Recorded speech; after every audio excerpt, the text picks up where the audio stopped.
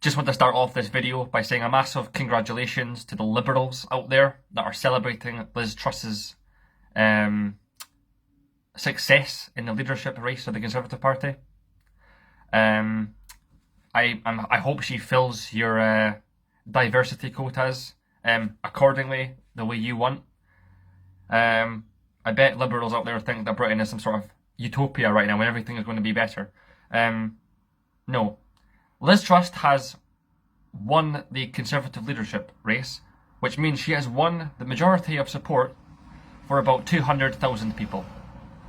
She has not won a general election. She hasn't won anything, really. She's won one race with a very tiny, wealthy group of people in society which are members of the Conservative Party.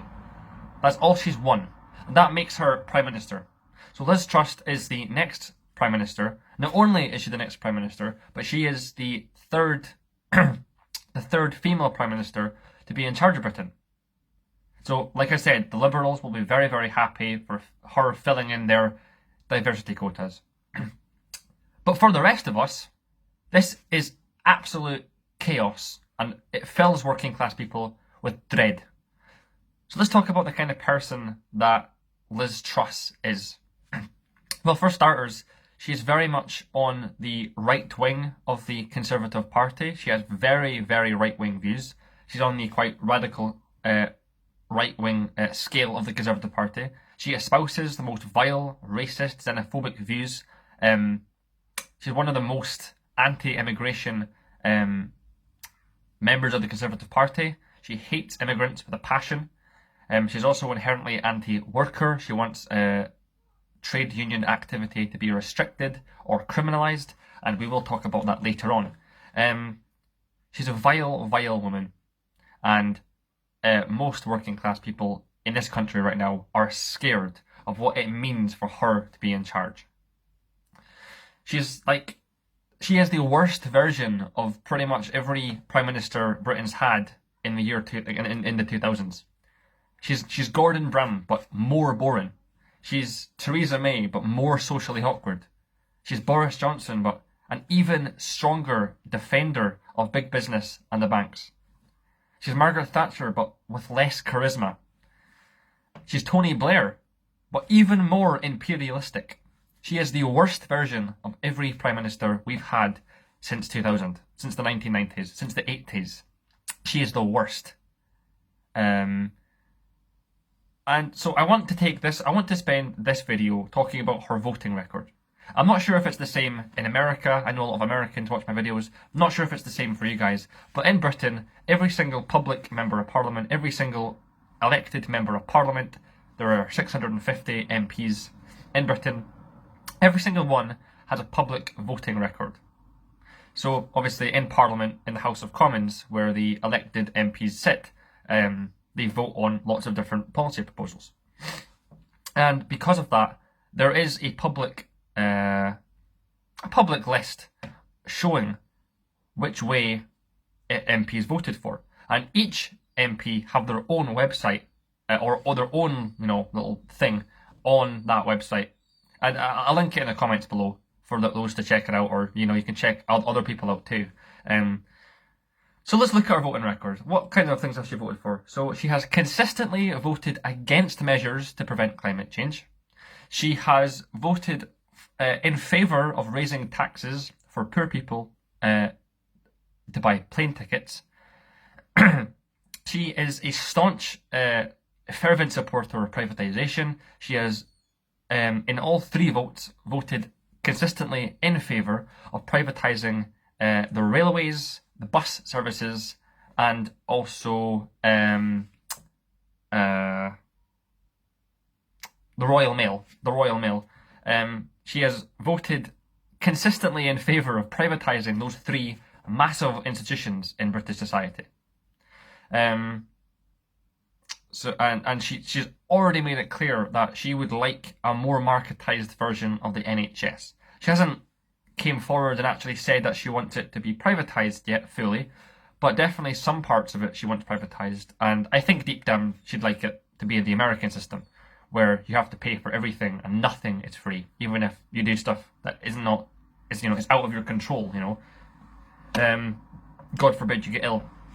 So she has voted consistently in favour of privatising companies, left, right and centre. She has voted in favour of reducing the welfare state and reducing welfare rights for the country's poor, so the most vulnerable and destituted people in British society. She has voted to reduce the amount of welfare rights they have and give them less money in the form of benefits.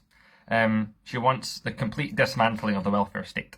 She has also voted in favour of mass surveillance, following the the war on terrorism and stuff like that.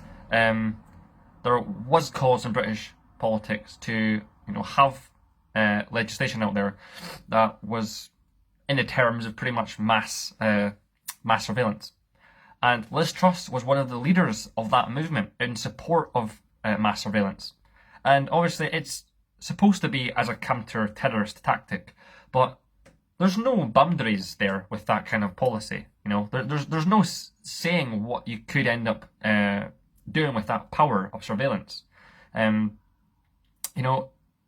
Western media always tells us to fear China because they spy on their own people and they have cameras everywhere and they have face recognition ID on their CCTV camera. They can identify people in seconds. The difference is the Chinese government actually do that to keep their people safe and actually to prevent terrorism. China has a massive problem with terrorism in the western regions of China, where it borders war-torn kind of Islamic countries. So there is a massive terrorist problem. So China does it, yes, that is true. But they actually do it to protect and keep society safe. In Britain, Liz Truss has absolutely no intention of doing it for the greater good and to keep people safe. She wants it to justify privatisation, and she wants it to justify restricting trade union activity. And let me explain why that is. With the power of mass surveillance, you could pretty much spy on anyone. This isn't I'm not making a fucking conspiracy here. This is pretty widespread kind of information. She could spy on anyone with this kind of technology and with this power, this boundless power. So I'm sure she would not just use it for counter-terrorism. She'd use it for other shady stuff to further oppress and exploit the working classes, the labouring classes of British society, and to continue to punish and crush this country's poor.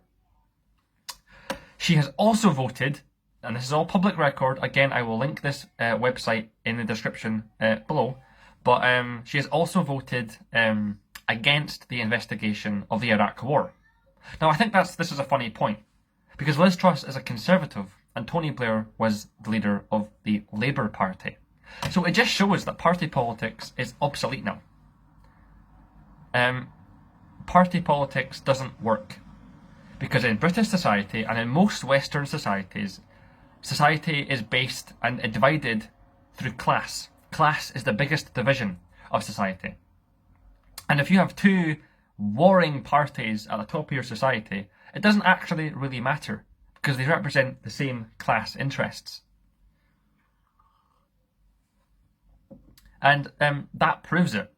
Liz Truss has been an open defender of the Iraq War, saying that it was justified. She is on public record defending the Iraq War, and it wasn't her party that carried out that war. That was a Labour party under Tony Blair that helped Bush carry out the Iraq War, the war on terrorism. So it just shows that it doesn't really matter what party you vote for, Labour or Conservative. They defend each other at the things that's important. They both defend big business. They both defend imperialist wars. They both defend and support military intervention in foreign conflicts that actually have nothing to do with British political or military affairs. So that's also something that she's voted against. She's voted against the investigation of the Iraq War. So she's against finding out the truth of what was really behind the Iraq War. And that's no surprise because she knows why she did it. She knows why she supported it, and she knows what they were doing. She probably knew in her heart that there was no weapons of mass destruction. There was no weapons or anything like that. She just did it because the Iraq government went against the geopolitical agenda of the British state, and they removed him, Saddam Hussein, by any means necessary. It's a shame. It's a really big shame. Anyway, moving on. Some last things that she has voted against. She, no surprise, she very much supports stricter, I kind of mixed those two words together. She wants stricter immigration policy. She wants very tight borders. She wants almost no immigrants coming in.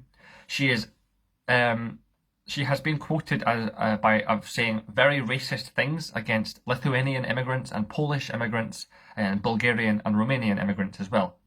In this kind of era that we're living in immigration in Britain, because Britain has always had massive immigration. There's always been people that come to Britain. You know, when decolonisation happened, lots of people from the colonial states moved to mainland Britain once the collapse happened, and many slaves during the Prohibition era moved to Britain because Britain was the safer place for black people of colour, in those times in the 1800s. So we are no stranger to letting people in. We've always been fairly lenient in letting people in, and I think that's a good thing. I think that multiculturalism has its advantages, and I think that it's a good thing. And it makes us look good, you know, not having like white British kind of nationalistic Christians. You know, like we're a very diverse society now, and I think that's a good thing. Britain is a very diverse, we're very diverse, and I think I like that. I like that about Britain. That's why I call myself British, not Scottish, because Scottish nationalists want an independent Scotland where it is just Scottish people that rule Scotland for the benefit of Scottish people. You know, the SNP, the Scottish National Party, are quite proudly racist against not only the English but against immigrants. They claim to be pro-immigration, the SNP, but they're not. They hate immigrants. They're nationalists. So of course they're nationalists. So it's no surprise that they think that the Scottish race, that they'd call it, is superior, and they want a society that benefits and privileges them over any other group in society. They're inherently racist. They're a disgusting party. And that's why I'm proud to be British and not Scottish, because we are very multicultural. We let pretty much anyone in, and I think that's good. But Liz Truss wants to destroy that. Liz Truss wants stricter immigration policy. She wants almost nobody to be allowed in, which is a really big shame.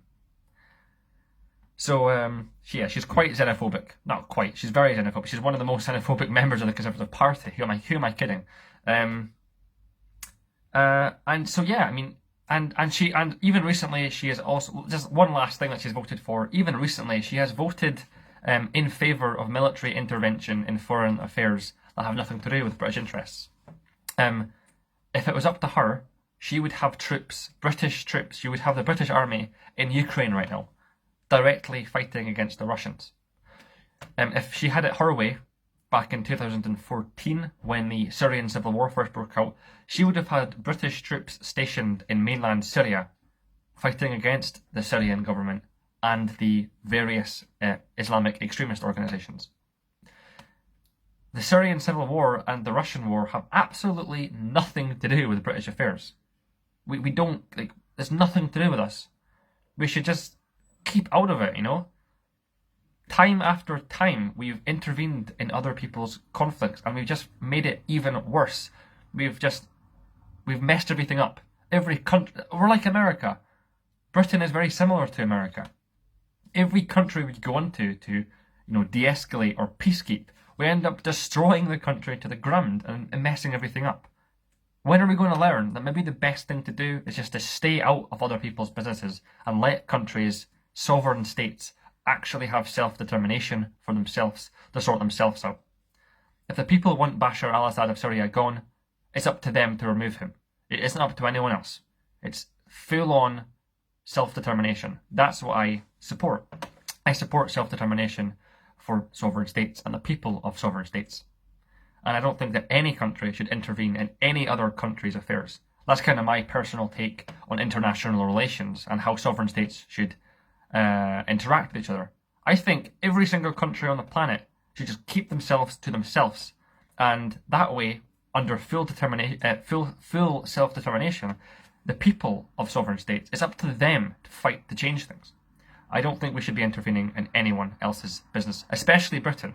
What right does Britain have to police and lecture other countries on how to deal with things? We are one of the most authoritarian, dystopian, Orwellian societies on the planet. You know, Big Brother is always watching. This is what Liz Truss wants. She wants Big Brother to be always watching. Liz Truss is the kind of person that would read Orwell's 1984 and use that as a guide to rule. She is a despicable, sinister person, and Britain under her leadership will be a scary, volatile and hostile place, especially if you're poor, especially if you're a trade unionist, and especially if you're somebody like millions and millions of people in Britain are that want to actually change things here for the better. If you follow that criteria, then you should be scared, because Liz Truss is not your friend. She will hold you back, and she will put down any attempt to change things for the better. If it was up to her, we'd be living in a militarist, corporatist, police state. I know she'd have workers in work camps for cheap labour if she could get it her way. She is the most neoliberal person ever to come to this level of power in British politics. She is a staunch and vehement imperialist and neoliberal. She's a disgusting person, and Britain under her leadership is going to be a scary place. And I'm afraid I think I'm right here when I say that Britain, we are living in one of the most uncertain and weak, unstable times that Britain has ever lived in. We are living in the worst cost of living crisis ever. Inflation is the highest it's been in a long time. People can't afford to eat and heat up their homes. People can't afford to have showers. People can't afford to drive their cars. Things are getting very bleak very quickly for British people. And it's just a matter of time before people stand up. But I'm not sure when that is. I thought people would already start standing up. I mean, look at the state of British society right now. But no, it looks like we're going to have to endure dystopia for another couple of years until more people rise up and really finally take a stand, because it's what's needed. We can't keep on letting these people screw with us any longer. Liz Truss, the Conservative Party, the Labour Party, the whole establishment. It's disgusting, it's rotten to the core, and it should be up to the people of Britain to stand up and fight for better conditions for themselves. The young people of this country, the youth, are the future, and the future is socialism. And we can have socialism in Britain in our lifetimes if we fight for it. That's just something to keep in mind. Thanks for watching this video. Please subscribe to my YouTube channel, and please share this video around, because people really need to hear this message. So, thanks, Cormates.